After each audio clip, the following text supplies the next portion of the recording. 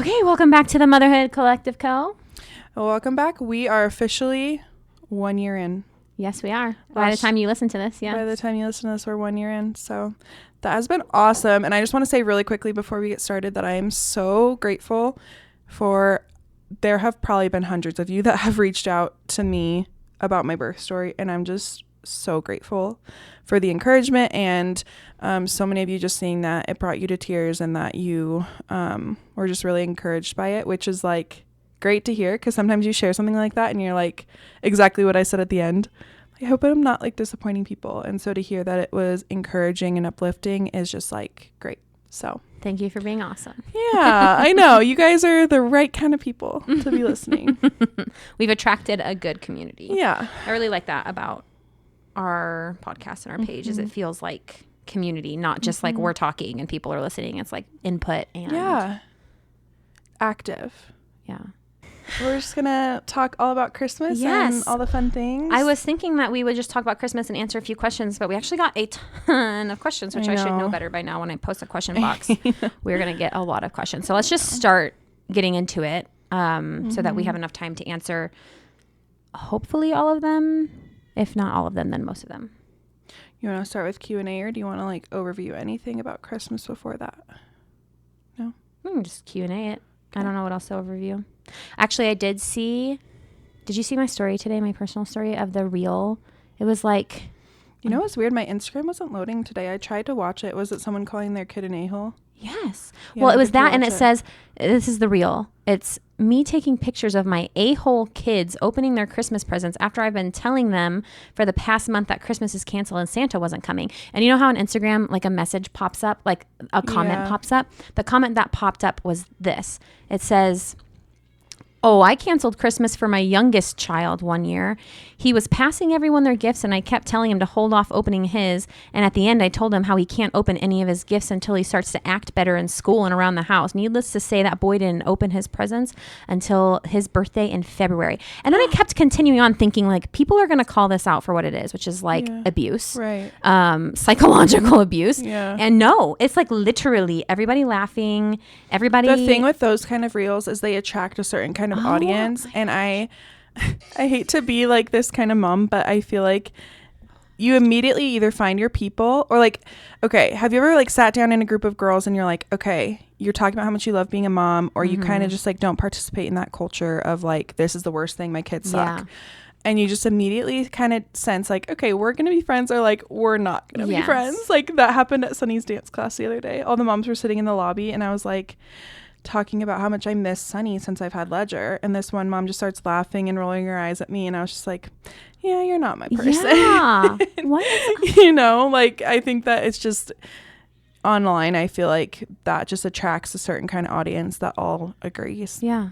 Which sucks. Which is awful. Like, don't weaponize Christmas for your children, please. That's not fun. I have a feeling if you're listening to this that you're not that kind of mom. Sorry if I'm being blunt. Okay. But we actually will talk a lot about the things I want to talk about in the questions. If I can get to it. I'm working on it. I'm so sorry. In our archive. Yes, I'm pressing archive. Okay. There are like lots of repetitive questions. Okay. So yeah, I'm sure they all have like similar themes. There's a lot of similar themes. Christmas is just a weird kind of year, because I feel like everybody always says this, but it can bring up so many different emotions, and I feel like everyone goes into the holiday season carrying all sorts of stuff, and I think that can also play into how people act or and I think there's a lot of like high expectations for Christmas. Do you know what I mean? Yeah. So like as a mom, I have high expectations for Christmas. Yeah. 100% I'm so excited to get up and to have the kids open the presents, and you know what I mean? Like you just have all of these things in your head, and I feel like even like our in-laws get that. You know what I mean? And then it becomes like volatile when it when things maybe don't match up the way they're supposed to. So let's there's this. Do you want to read them? No, you can't. I can squint. Can you see? Yeah, I can squint. Well, your phone is like also in dark mode. I know. It goes like that every night.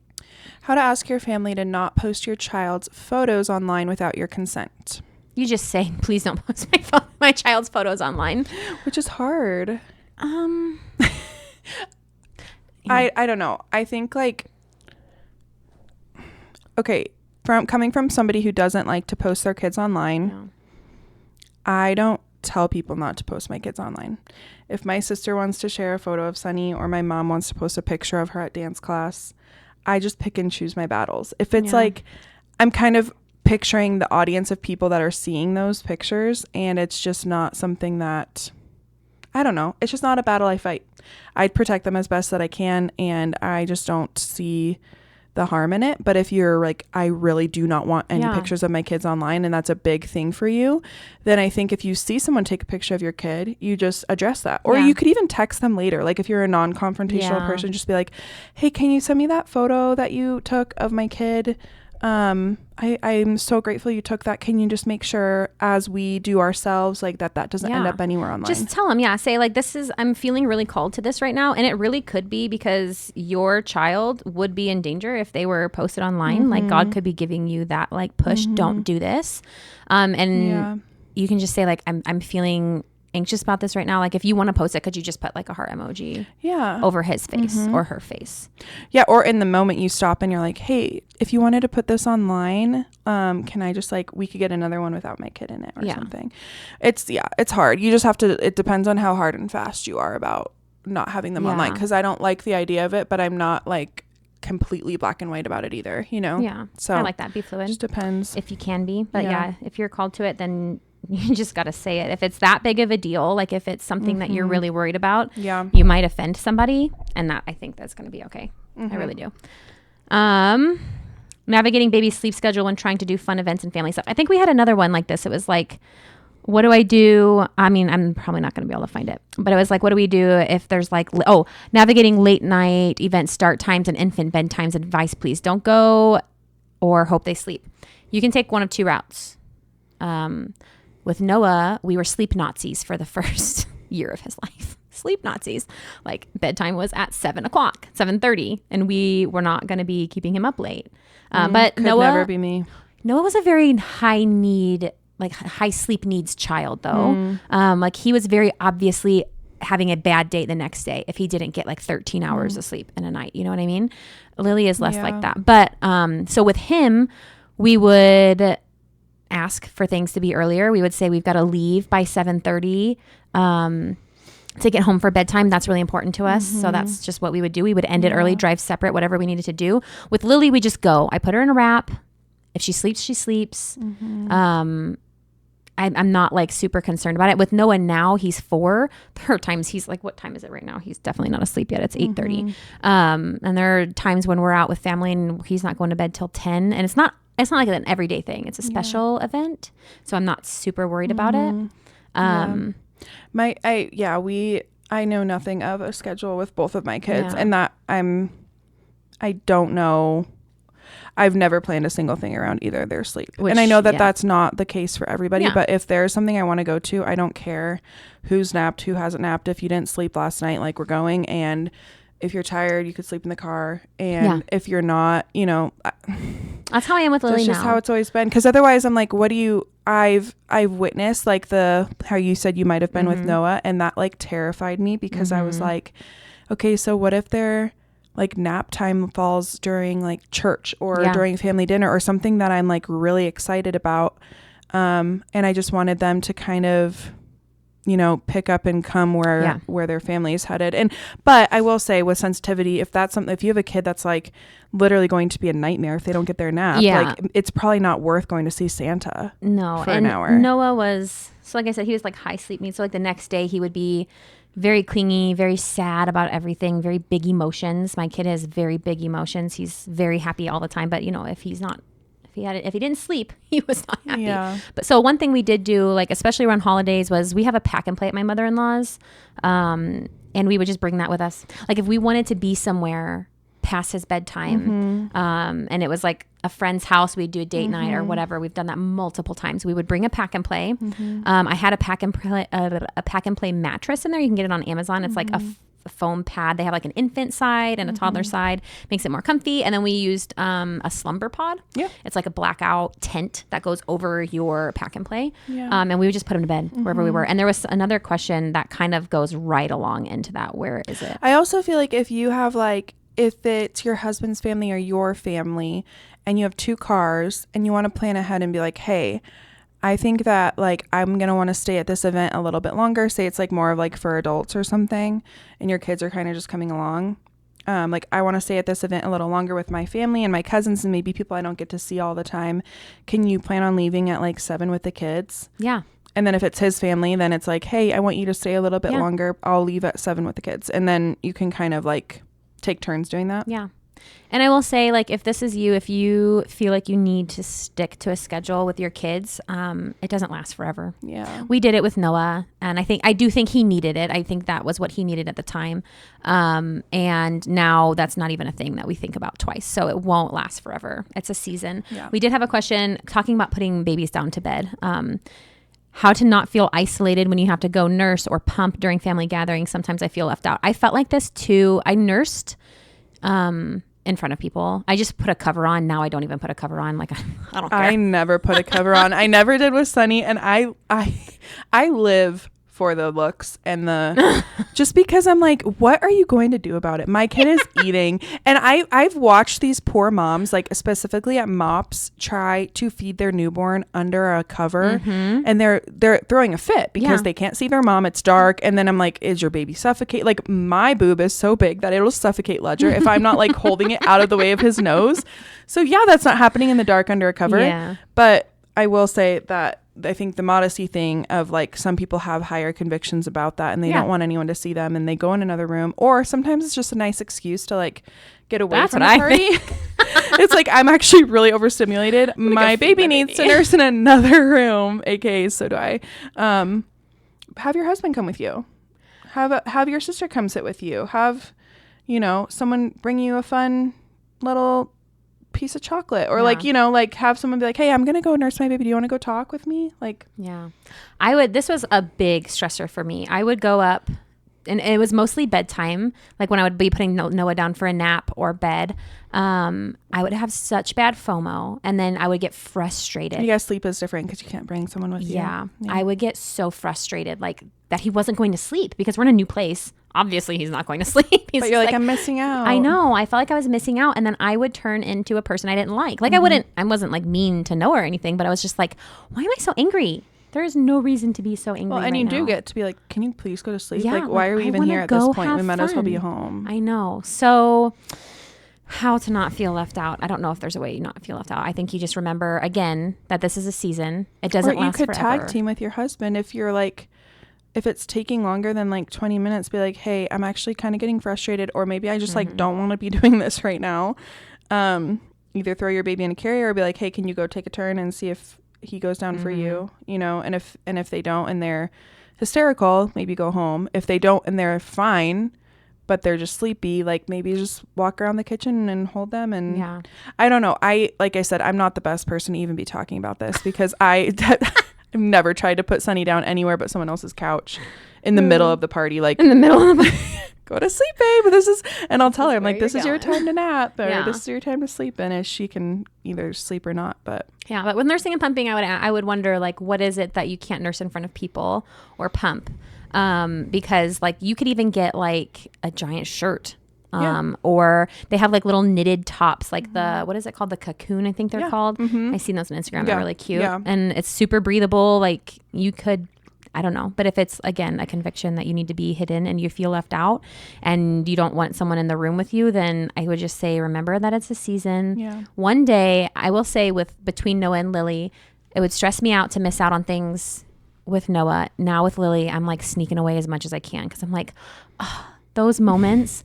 They went away so fast. I know. Eventually you have the toddler that you're like, where are they? I know. Like, I haven't seen them for like 6 hours. You're at a party and you're like, okay, where did they go? And they're just a little bit, and I know we hear that as moms all the time, and it's not to like guilt trip. It's just to try to instill a different perspective of like, they really are only babies for maybe 2 Christmases.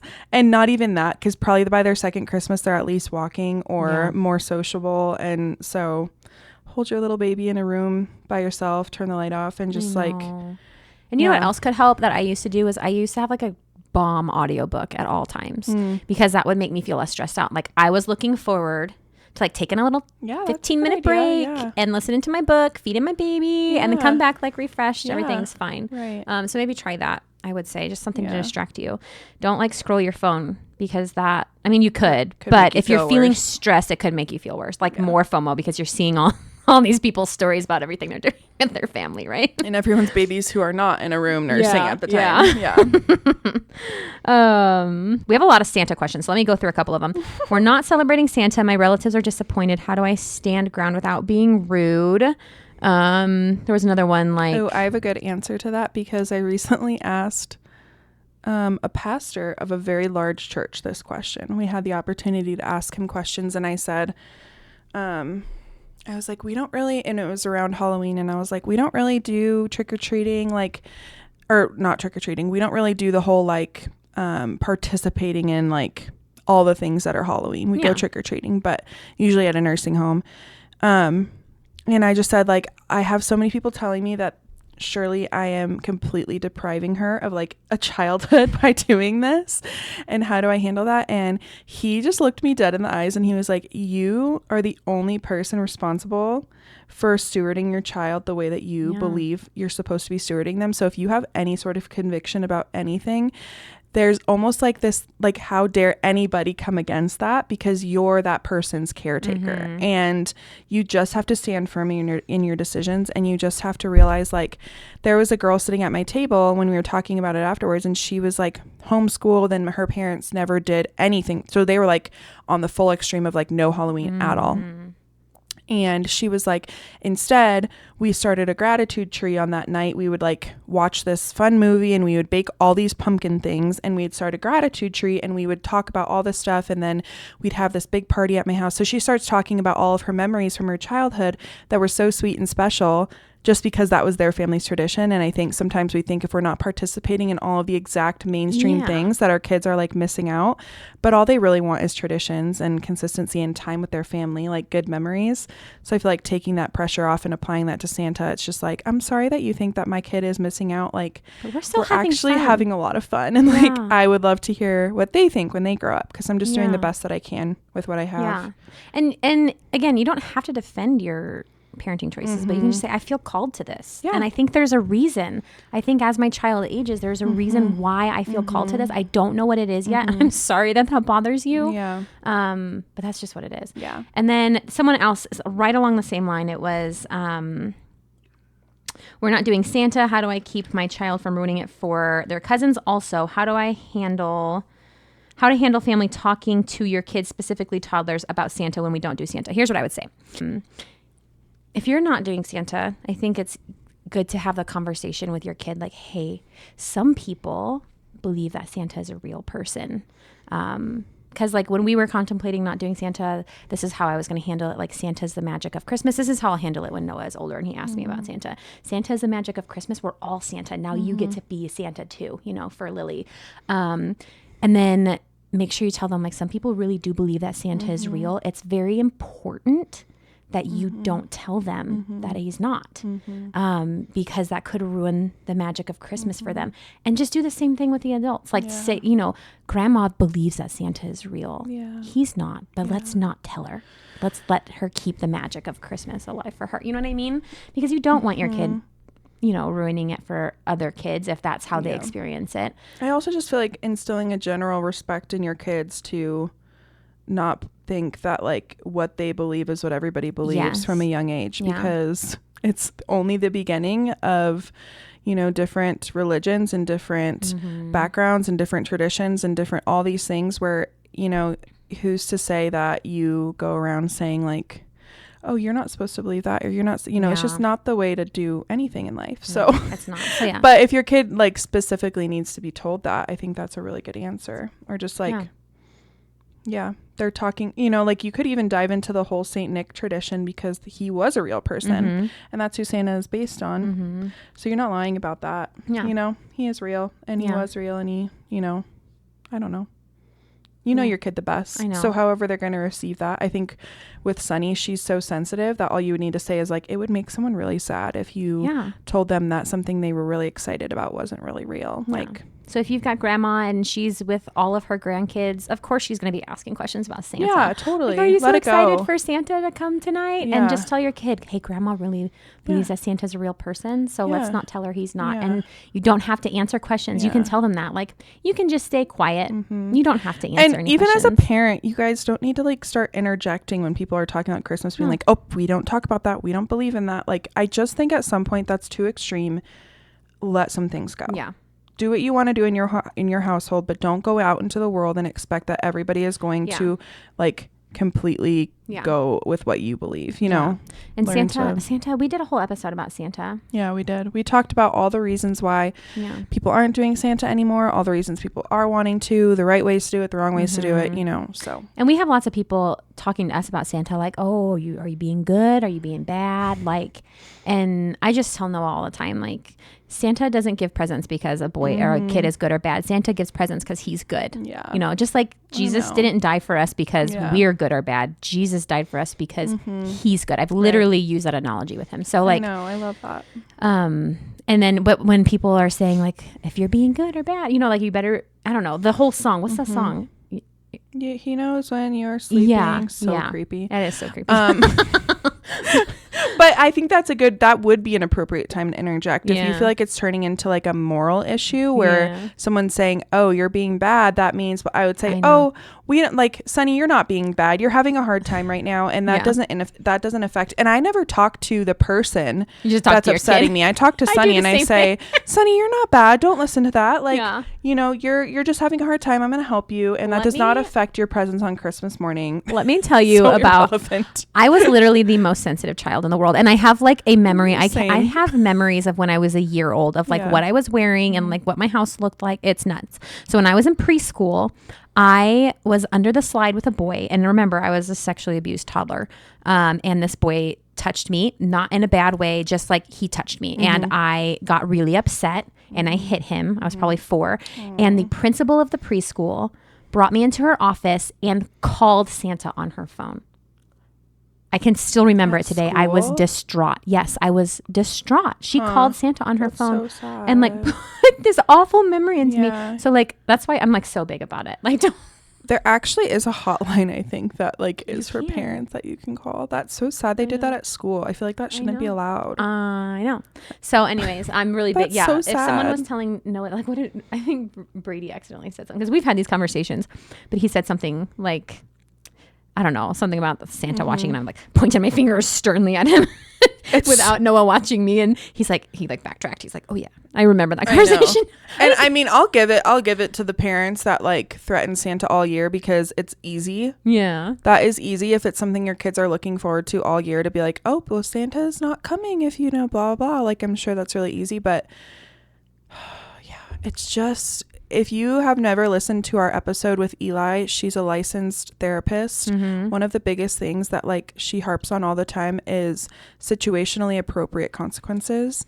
And something that your kids don't understand is because I decided to push my sister down the stairs on June 5th, on December 25th, I have one less present under the tree. Like, it's just not situationally relevant. And so just stop doing that. It might work, but you're just instilling fear in your kids. And listen, we just came off of a holiday, right? October is candy month. Your kids are getting candy and food dye from everybody all over the globe. And no matter how hard I tried to keep Noah away from that, he still got it. Then they go into November where we have Thanksgiving. We've got pies. We've got family. We've got traveling. We've got everybody being sick. Their immune system is suppressed because they just came off the candy holiday. And now the sun is setting earlier. And then we go into December where stress is high. We're buying presents. We're financially burdened. The sun is gone. There's no outdoor play. And their world is freaking rocked. So you got to lower your standards for your kids' behavior in December.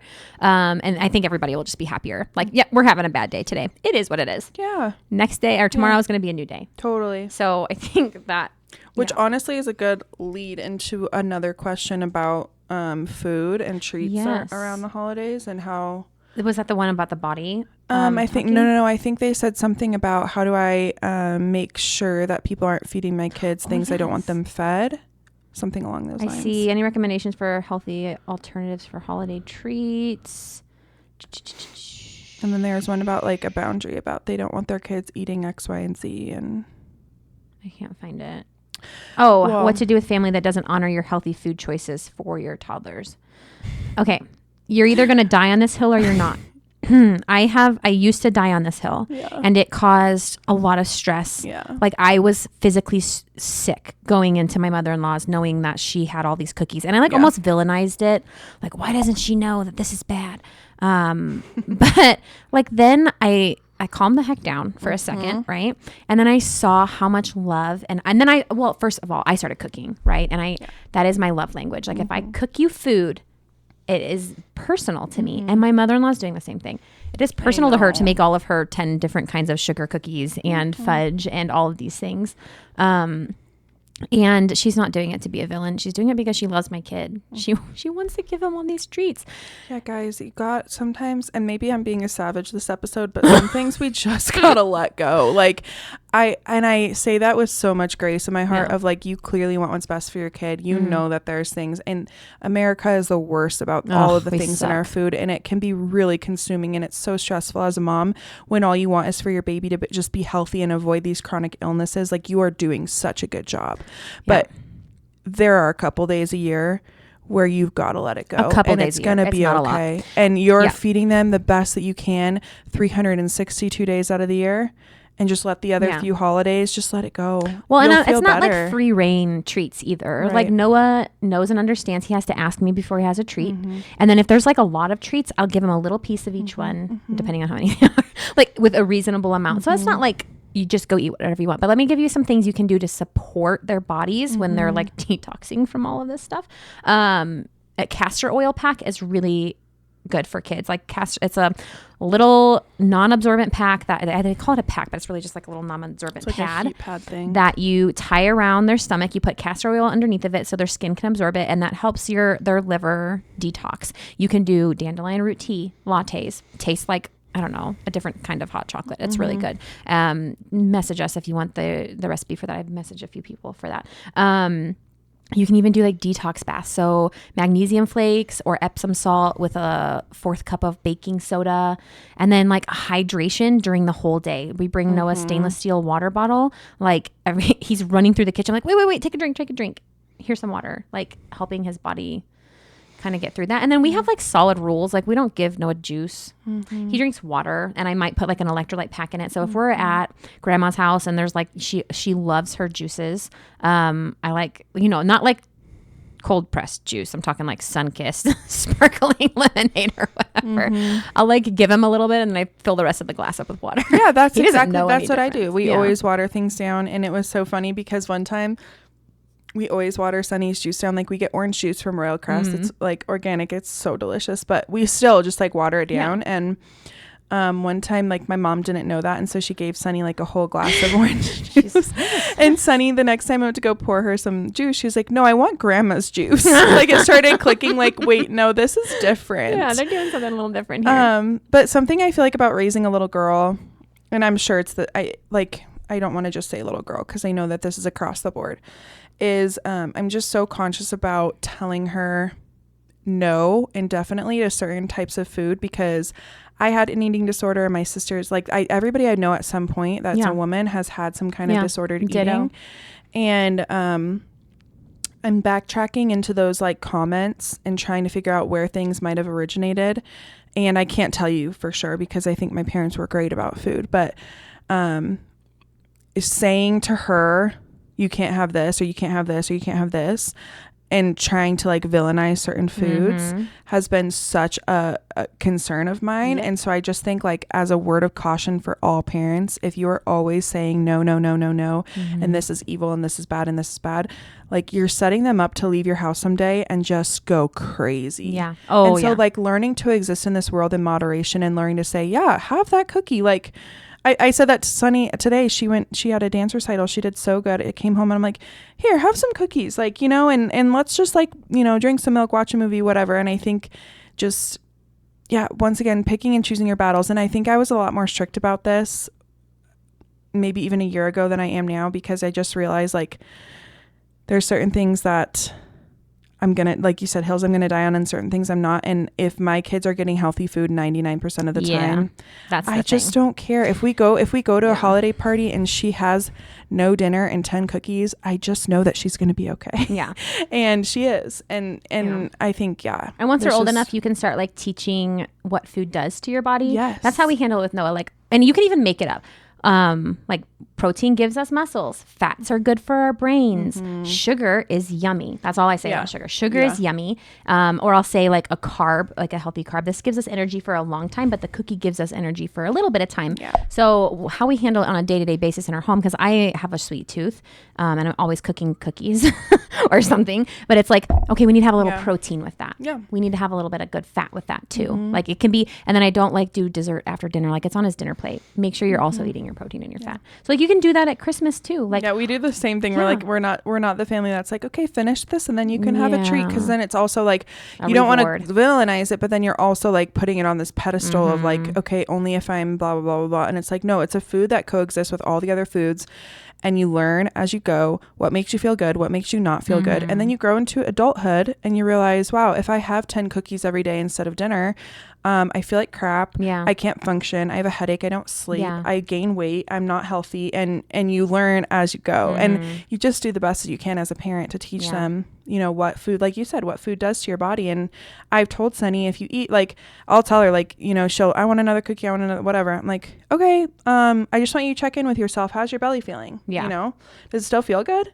Okay, you can have another cookie. You know, I just don't fight that battle too hard with her. Yeah, I agree. And I also am like, you know what? We spend more money on food and groceries and organic and grass-fed and all the top quality of literally everything that ever existed for me to die on a hill of sugar. You know, like there's so much good going into her body. Yeah. So like, if your kids are eating like really bad food every day, then I could see you being like, you know. Yeah, I think don't give your kids eating disorders. But also, like, if you want to hold a boundary. Just say, actually, he can't eat that right now. Yeah.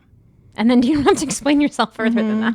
Yeah. Like, if there's something, like, really bothering you, maybe you're at your family's house for 10 days and they just keep buying those store-bought sugar cookies. Or it could actually be, like, they have a behavior change. Like, red dyes, food dyes in general are, like, a big no in our house. Because it changes her personality.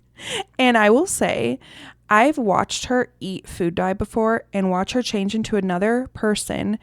And I empathize with all of the moms of the world whose children are operating at that way at baseline. And they don't know that their kid is throwing tantrums every 10 minutes and falling down onto the floor and screaming, crying, and cannot settle themselves because they're being poisoned. There's neurotoxins going into their body through their food that is just from the food dyes. And so food dyes are actually a boundary I try to hold. If there's like a cupcake and it's covered in like red frosting that I know is just pure red 40, I'm gonna scrape it off and I'm like, you can have the cupcake but not this frosting. And I tell people, like, she's a different person because it's a neurotoxin. So I don't know, that is a boundary I hold. Actually, in hindsight, it's not the sugar, it's the dyes that actually change her as a human. And you can also just bring your own food. Like someone said, any recommendations for healthy alternatives for holiday treats? Like, make your own in advance. Like, you can make peanut butter balls with little Rice Krispie, like a natural Rice Krispie, and then cover them in chocolate. Yeah, you can make with oats. Like, you can make your own treats and just have a little plate. Or like what I like to do. Those dates that are like, what are they? The like Snicker dates, stuff them with peanut butter, cover them in chocolate and peanuts. I a lot of times, especially when Noah was starting to eat, I would just bring like, oh, here's my contribution, but it was a plate of healthy cookies. And when I wanted him to eat one or dessert, I would give him one of mine. Yeah. Or like I do that for myself a lot because where now I'm like looser with Noah when we're at family events, I still hold myself to a standard. So if I'm really wanting something, I just bring my own. I don't know if I have like a ton of alternatives like right off the top of my head. We make, I don't know, make some sourdough chocolate chip cookies, make some just like, I don't know if it needs to be healthy, but it can be healthier. You could be using raw cane sugar and organic flour and sourdough so that there's some good probiotics in there. Like there are things you can do to make a nice sweet treat a little bit healthier and just bring it to your own family event. Hopefully that was okay. There's a couple like this. How to navigate a tough family relationship in a godly way. My mother-in-law only expresses care and love for our 2-month-old daughter, not us. It's so hard for me to want to be around her. Someone said how to deal with a mom who criticizes the way you're raising your baby, balancing appropriate boundaries and not doing the millennial overcorrecting thing, which I'm really actually not sure what that means. What's the millennial overcorrecting thing? I think it might be our generation. I love our generation. Maybe I think boomers. We're pretty cool. Maybe she meant boomers. I don't know. That's savage. Can I just say that nobody gets to have a relationship with your kids that don't put an effort in to have a relationship with you. Yeah. It's You're the blatant gatekeeper. It's blatant disrespect. You are the gatekeeper to your child's life. Their little world is just you, your husband, and their siblings in their house. No. And anybody else that gets to come in, like, they have to go through you first. And they don't get to bypass you. They don't get to say, No. actually, I don't really care for you. I'm just here for your kid, because that communicates to your kid that you're not respected by this person. And it also opens the door to get advice, like your kid being influenced by someone who doesn't respect you, which is very dangerous. Yeah. How do you, so the specific question was like, how do I handle this tough relationship with my mother-in-law in a godly way? And I'm not actually sure how to answer that. I would just not have the relationship. Honestly. It depends on, like, I guess, the dynamic. Like, is it just you're kind of coexisting and you can tell she doesn't put as much effort in as she does with your kids? Or is it like blatant disrespect? Is it passive aggression? Is it gossip? Because I think if it's actually like sinful and there's a dynamic to the relationship where she's hurtful, then there's, distance and boundaries that need to be created, or just communication. If she's a safe place, communicate with her. If she's not a safe place and you can't communicate with her, I would just stop. Your husband should be doing all the communicating with his own mother. We've emphasized this so many times. Your husband needs to talk to his family about your things. Husband is, and we're talking, since she said in a godly way, your husband is the protector of your home. He's the protector of, you're the protector of your children, right? Mm-hmm. You protect your children. You nourish your children. You are over your children. Your husband is over all of you. Yeah. He protects all of you. Mm-hmm. You are his top priority. You should 100% of the time be his top priority. So if his mother is offending you, I would go to your husband and say, I really need you to talk to her. Whatever it is she's doing, there weren't details or specifics in that. Yeah. In that I know it could comment. be like a whole array of things. I know, but like you need to make sure that your husband is aware of the details of this situation, and then you need to brainstorm with him how you guys can go about this, because he knows his mom.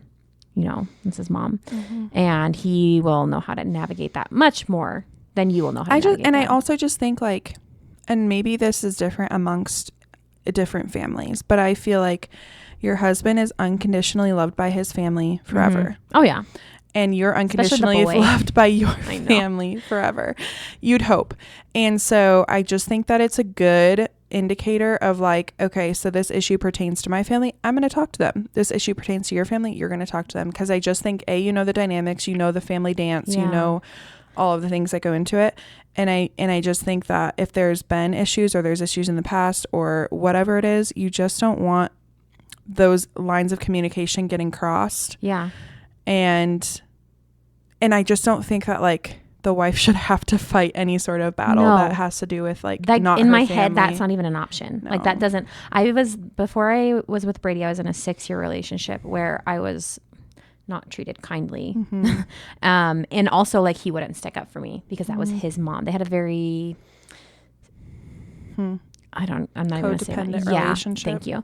And I was bullied constantly by all of them. And then, like, when I got married, like, that, it's not even an option. One, I have great in-laws, so, like, I haven't actually had to deal with this, but, like, if there was a situation, like, not even a question that Brady would completely handle it. Like, I wouldn't even use my voice.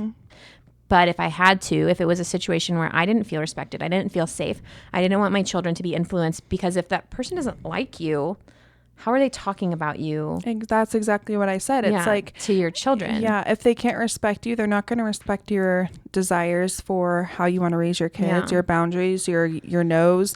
And so I think, you know, kind of putting it's hard because it's like, how often do you see them? Do you really need to put a foot down? Can you get over it a couple times a year? Or is it something that's consistent and you need to say something? But I would also just say, if you are not maybe accepted, loved, appreciated, whatever it is by your in-laws, like at some point try to take a step back and recognize like the people in your life who do love you, who do respect you, who do want you in their life, who do like pursue a relationship with you, and just spend your time and energy on that. Like, and just as just a rule of thumb in general, like if you have like those 1 or 2 people in your life who like you're just never good enough for, no matter what you do, let it go.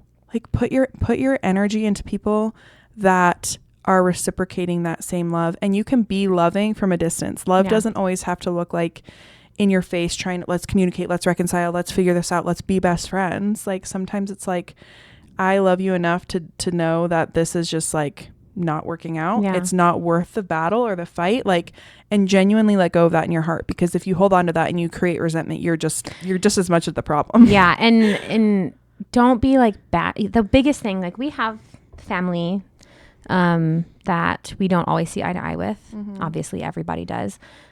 Don't talk about that family in front of your children. Yes. Don't ruin their relationships because of your prejudice or whatever it is that's your experience with that person, whatever. So make sure you're not doing that in front of your kids. And a general rule of thumb for every person in the whole world, always be more cautious of the person that's gossiping than the person being gossiped about. Yes. If you're listening to someone blah blah blah blah blah blah blah blah blah blah about all this person all the time, I would be way more cautious of them than the person that they're talking about.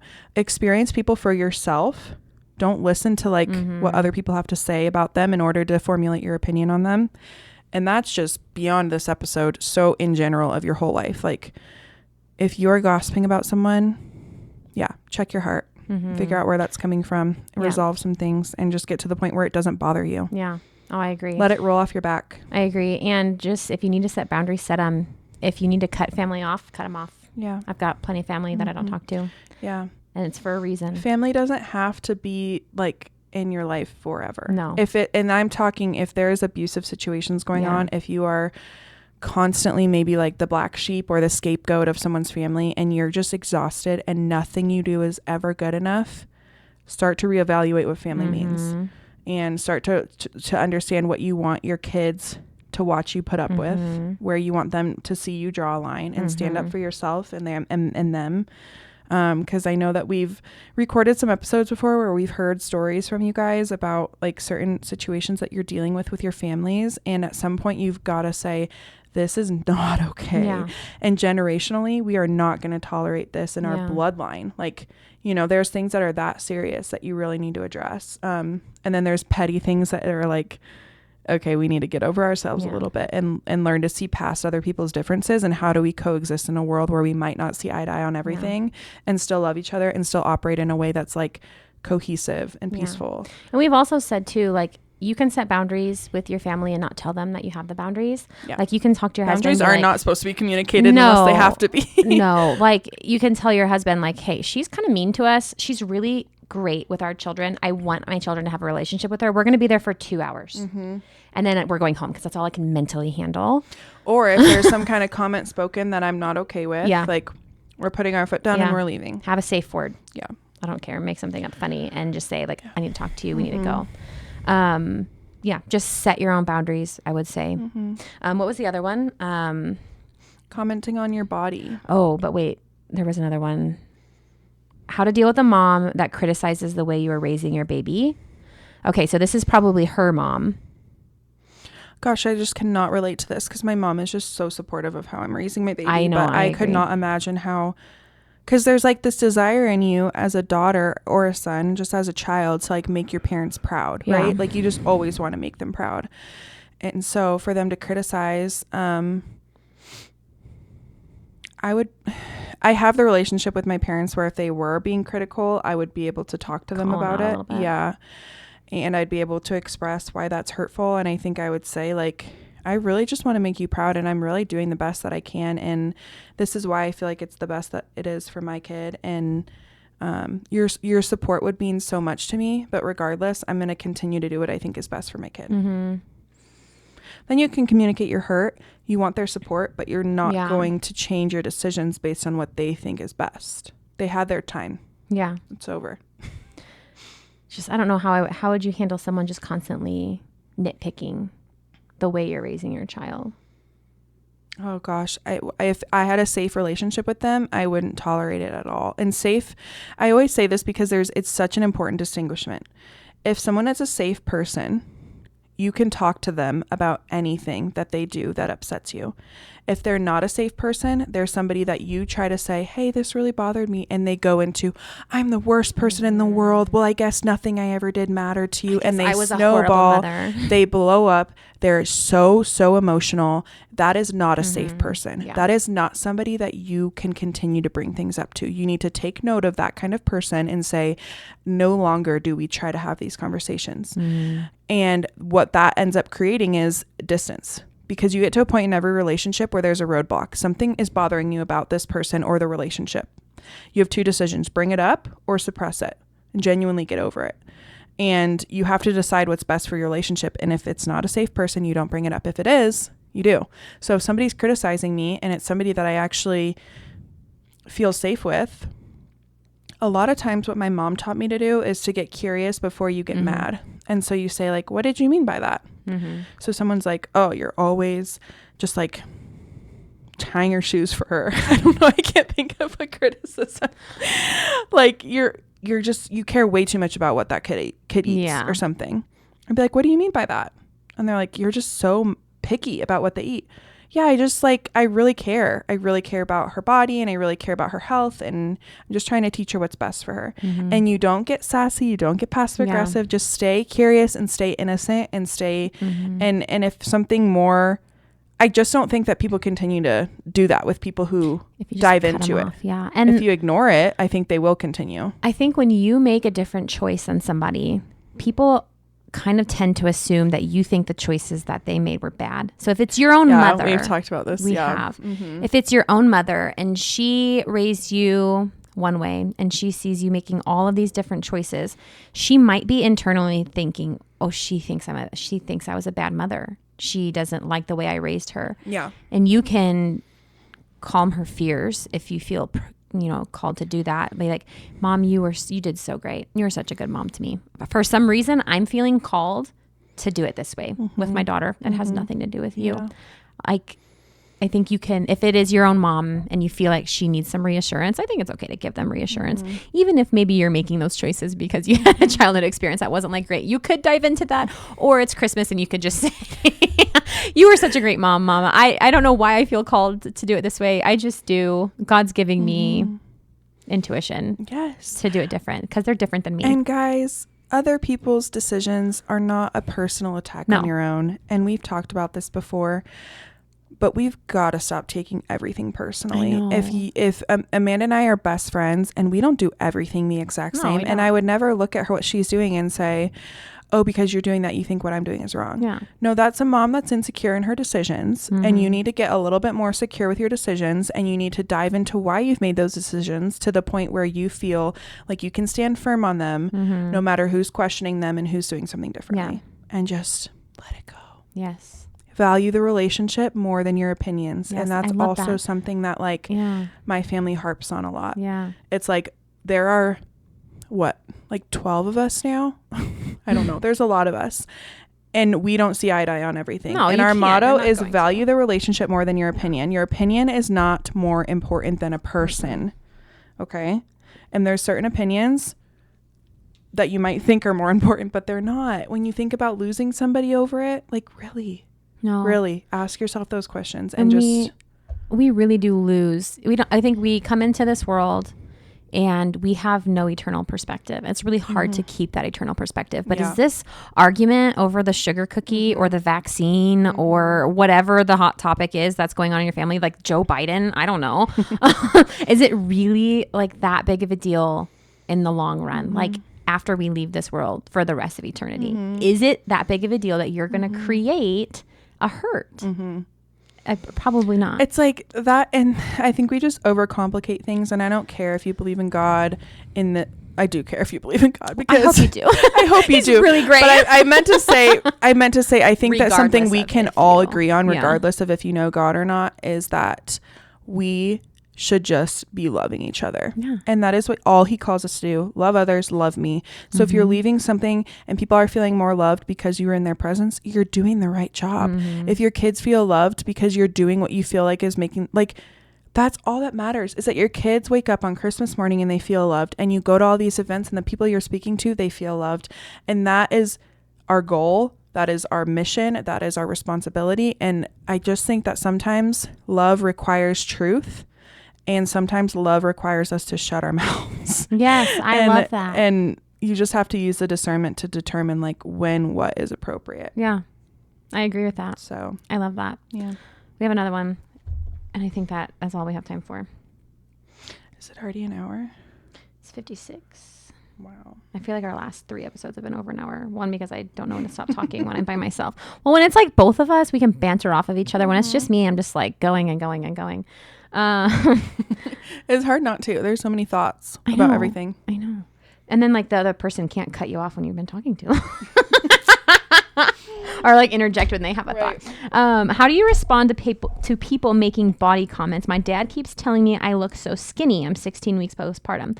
Or my mom will joke about overeating around the holidays. My baby isn't old enough to comprehend it yet, but he will be someday. And then she went on to say, my mom knows not to talk to me about my body, but she'll still talk about her body and other people's bodies.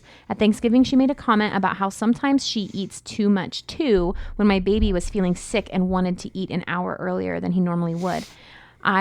She's like, I could rant about this, but I'm just curious about your thoughts. I have this problem with my family. My appearance has always, my whole life, been my number one asset in my family. It is, you know, and I worked so hard academically to trump that. Like I was the first one in my family to graduate high school, and then I was the first one to go to college, and then I graduated college, and then I went and got a doctorate degree, and it was literally all because I didn't want to just be pretty. Which I really learned when I had a baby, and I'm like, oh, I'm just going to stay home now. Screw the education. But that was always something that was ingrained in me. Oh, Amanda's, you know, oh, she's my beautiful granddaughter, like pulling me to the table and like showing me off to all of his friends. Like, and it's sweet. There was always good intention. But now, as I'm not a teenager anymore, my body is also always over criticized. I've had comments of, I'm too skinny, I need to eat more. My butt's getting big because I was literally squatting for like 2 years to try and get a butt. I've lost it all this postpartum, but like, oh, you're looking a little wide, or like things like that. And I had to be very blunt with both of my parents, because when it was hurting me, it was like, I would ruminate on this. I would like talk to Brady about it for weeks. Like, did you hear them say that? Like why would somebody talk about my body that way? Or they talk about other people's bodies behind their back. We're very hyper fixated. I come from very pretty people where looks are very important. So I had to just flat out say, like, hey, I'm not going to tolerate comments on my body anymore. Please. And she said like her mom won't talk about her body anymore, but like you can also say that, like, please don't talk about bodies in front of my child. I don't want my child to think that looks are all that matters. Like when I compliment, not that I don't compliment my children on their looks. Like I tell Noah he's gorgeous all the time, but in equal measure of how beautiful I think he is, he's brave, he's strong, he's smart, he's a good learner. Is our thing right now, because I'm trying to instill that in him. You know what I mean? We're like doing well-rounded compliments, and you can like, I think your parents have good intentions, right? If they're your mom and dad, I don't think that they're like intending to harm you or your grandchildren. And I didn't think that about my family either. So it was just an honest conversation. Like, I don't want my child to value the way they look, because looks are not forever. Looks can be taken away in a heartbeat. Your granddaughter's going to grow up and have a baby one day and then look in the mirror and say, what the heck happened to my body? Yeah. You know what I mean? Like, I don't want their value to be placed there. That's important to me. So yeah. And I do feel like when you're raising kids, you're responsible for kind of like picking up the pieces of broken conversations. So like, I spend a lot of time talking with Sunny about things that she witnessed other people hear. Yes. Or say. And, you know, whether that's a body comment or a comment about someone else's body, I have watched her witness those comments, and I've debriefed in the car with her afterwards of like, do you remember when so-and-so said they're getting really fat, they're getting really big, and they don't think that they should eat dinner. Mm-hmm. And she was like, yeah. And I'm like, that was wrong. They were not being kind to their body. You know, that's just, our bodies do so much for us, and sometimes they grow and sometimes they shrink, and you know, that doesn't determine whether or not we should be eating our dinner.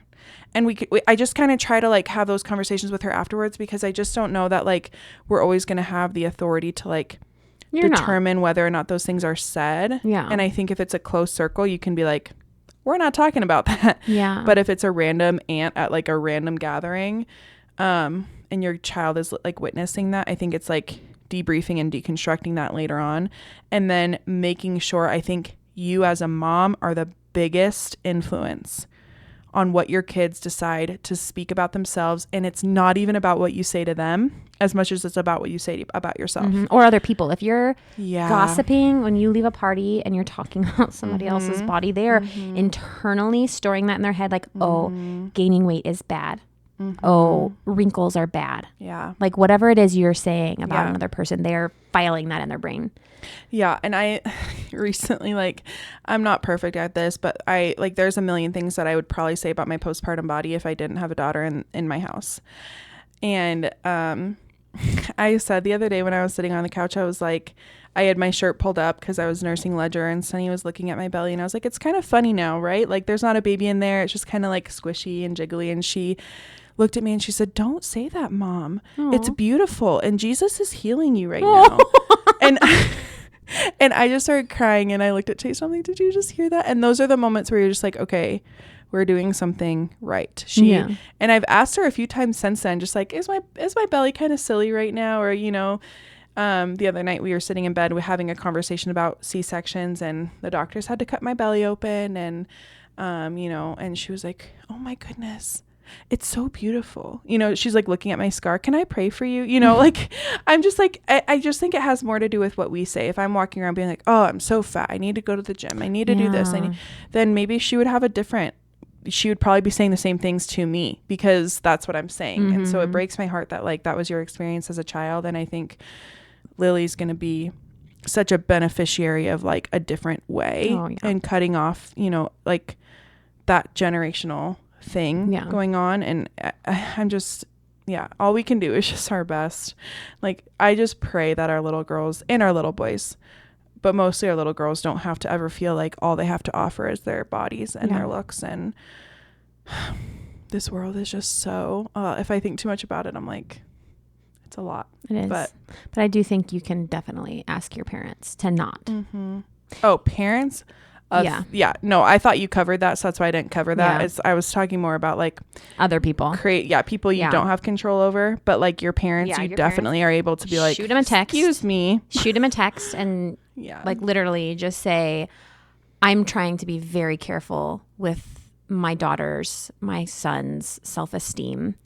And I don't want value being placed on the way she looks, because looks are fluid. So please, if you're going to compliment her in this way. If you're going to, I don't know, don't say anything about eating, overeating, undereating. We're trying to teach our child intuitive eating. Food is a big one. You know, so just like send a cordial text message beforehand, because I feel like in the moment it can be heated, and I'm so non-confrontational. I never do anything in the moment.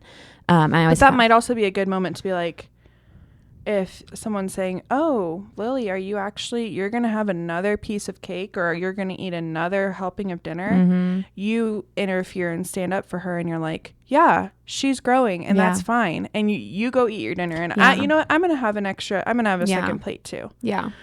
You know, instead of just looking at whoever said that being like, don't talk, you know, and you could, but could get a little bit more. Yeah. Or you can talk to your kid, just like you were saying, like if they're saying something like, oh, what was the comment that was in that question? It was like, oh, sometimes I eat too much too, or something. And you can just literally say like, you're not eating too much, baby. You're eating just right. You're going to stop when your tummy's full and you feel great. Like, you know what's best. Yeah. And then like that immediately signals like, okay, she didn't think what I said was appropriate. Pivot. And it's like, it's like so genuine because I don't even consider it passive aggressive because passive aggression makes me so mad.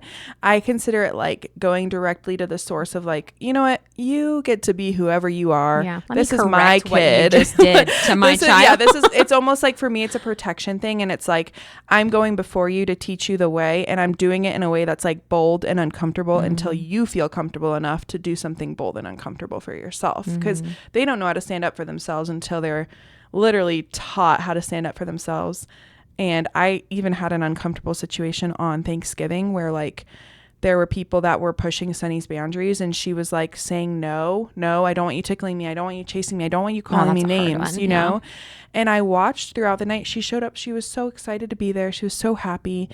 And throughout the night, people were saying, you know, calling her certain names. They weren't like bad names, but they weren't her name. And she's really like, something that she doesn't want people doing is calling her anything but Sunny Lou. And she was like, I'm done getting tickled. I don't want to be chased, you know, and people kept doing it because they thought it was funny that she was like getting upset. And I had to step in so many times and be like, she said no. Yeah. And she ended up in like more upset than I've ever seen her. We ended up leaving and she was in tears. And then I was in tears in the car because I just watched my kid get bullied. And like I was the only one that was like saying anything about it and no one was listening to me. And it was just like, why do we forget that children are human? Why do we dehumanize them? I know. If a human being tells you can't touch my body, don't touch their body. It's consent. I was like, okay, so let's just say that happened to a full grown adult. That would be harassment. Yes. That would be abuse. Like, yes. But then there's these little kids who are trying with their mightiest voice to be like, I don't like this. Yeah. And then it was just like, it broke my heart. It made me so upset. We wonder, like when the whole Me Too movement happened, why these women, like how it happened, right? You heard that. These women were finally coming out and they were speaking to their abuse. And people were like, well, why did he let him do that? Why didn't she speak up sooner? Probably because she was never taught boundaries as a child and her boundaries were never respected. And you're 100% correct. Like that has been 100% scientifically proven. And I actually did text this person afterwards to say, this really upset me. And the reason that I'm so rigid on her no being no is that I need her voice to matter and I need her voice to be heard, especially regarding her own body. And I'm sorry if you don't understand that. Here's the clinical evidence that women who don't feel like they have a voice are more likely to be abused, sexually harassed. There's all these things that like get into bad abusive relationships, all these things that I was like, be bullied. And I want Sunny to grow up knowing that her no matters and she has a voice. And so please help me facilitate that in her. And if you can't, that's another conversation, but I did have to go and talk because I was so upset about it. And I was watching your kid feel that way. Yeah. It made me so sad. She was so happy. And then she left so sad, and just be conscious of that, like it might seem funny. Yeah. It's not. And it's okay to stand up for your kid. Just treat your kids like humans. Make sure other people are treating them like human beings. Just because they're kids, you don't get to push them around, bully them, and do whatever you want. No. That's not how. It's teaching her that her uncomfortability is okay if it's making somebody else happy. Yeah, not good. No. How does that translate 10 years, 15 years from now? Yeah. Oh my gosh. Ugh. I know. Okay, we should probably end. Any last thoughts of our last episode of the year? This is our last episode of the year. I mean, I know we're only skipping 1 week, but we might actually be skipping 2. We might not get back until the second week because it's weird. It's the holidays are on a weekend.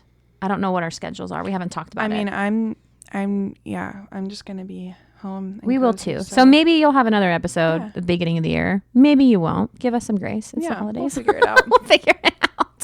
And maybe we can do some fun stuff like a New Year's resolution theme or something. Yeah. Like things people want to improve on.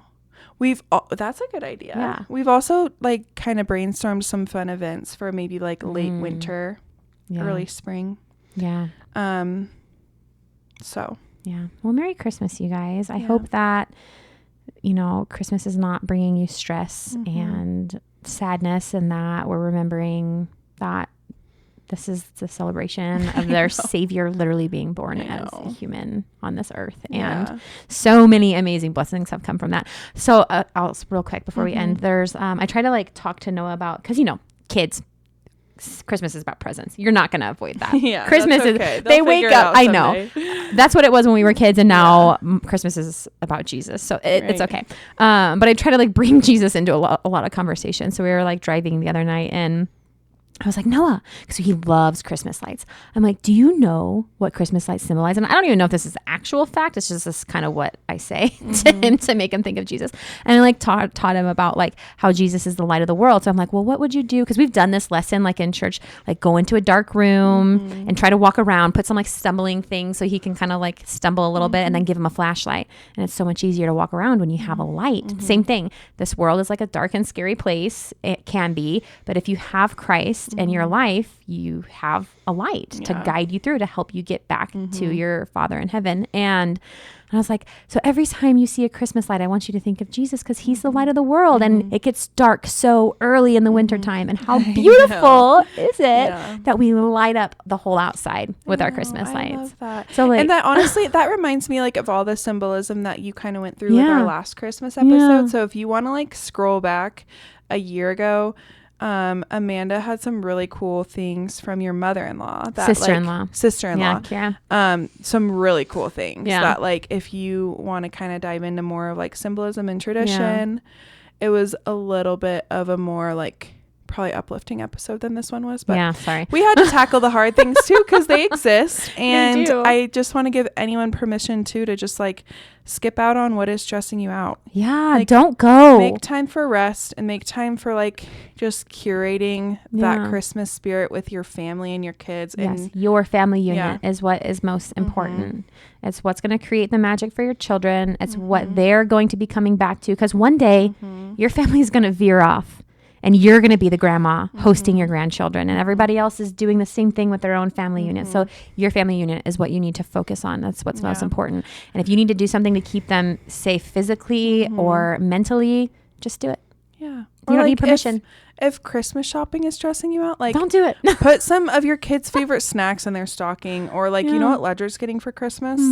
He's getting 3 toys that are Sunny's wrapped up from when she was little. Because like he's the newborn. Why not? And like our kids only get three toys each because Jesus got 3 gifts. That's what we tell them. Like 3 gifts because Jesus got 3 gifts, and it makes it like somewhat simpler. But that would be just simple. Skip what's stressing you out. Yeah. Truly, you're not obligated to do anything, and you are just in charge of your own little family. And don't worry about the Instagram moms. Maybe we're the Instagram moms. I don't know, but don't worry about what they're doing. Oh gosh, yeah.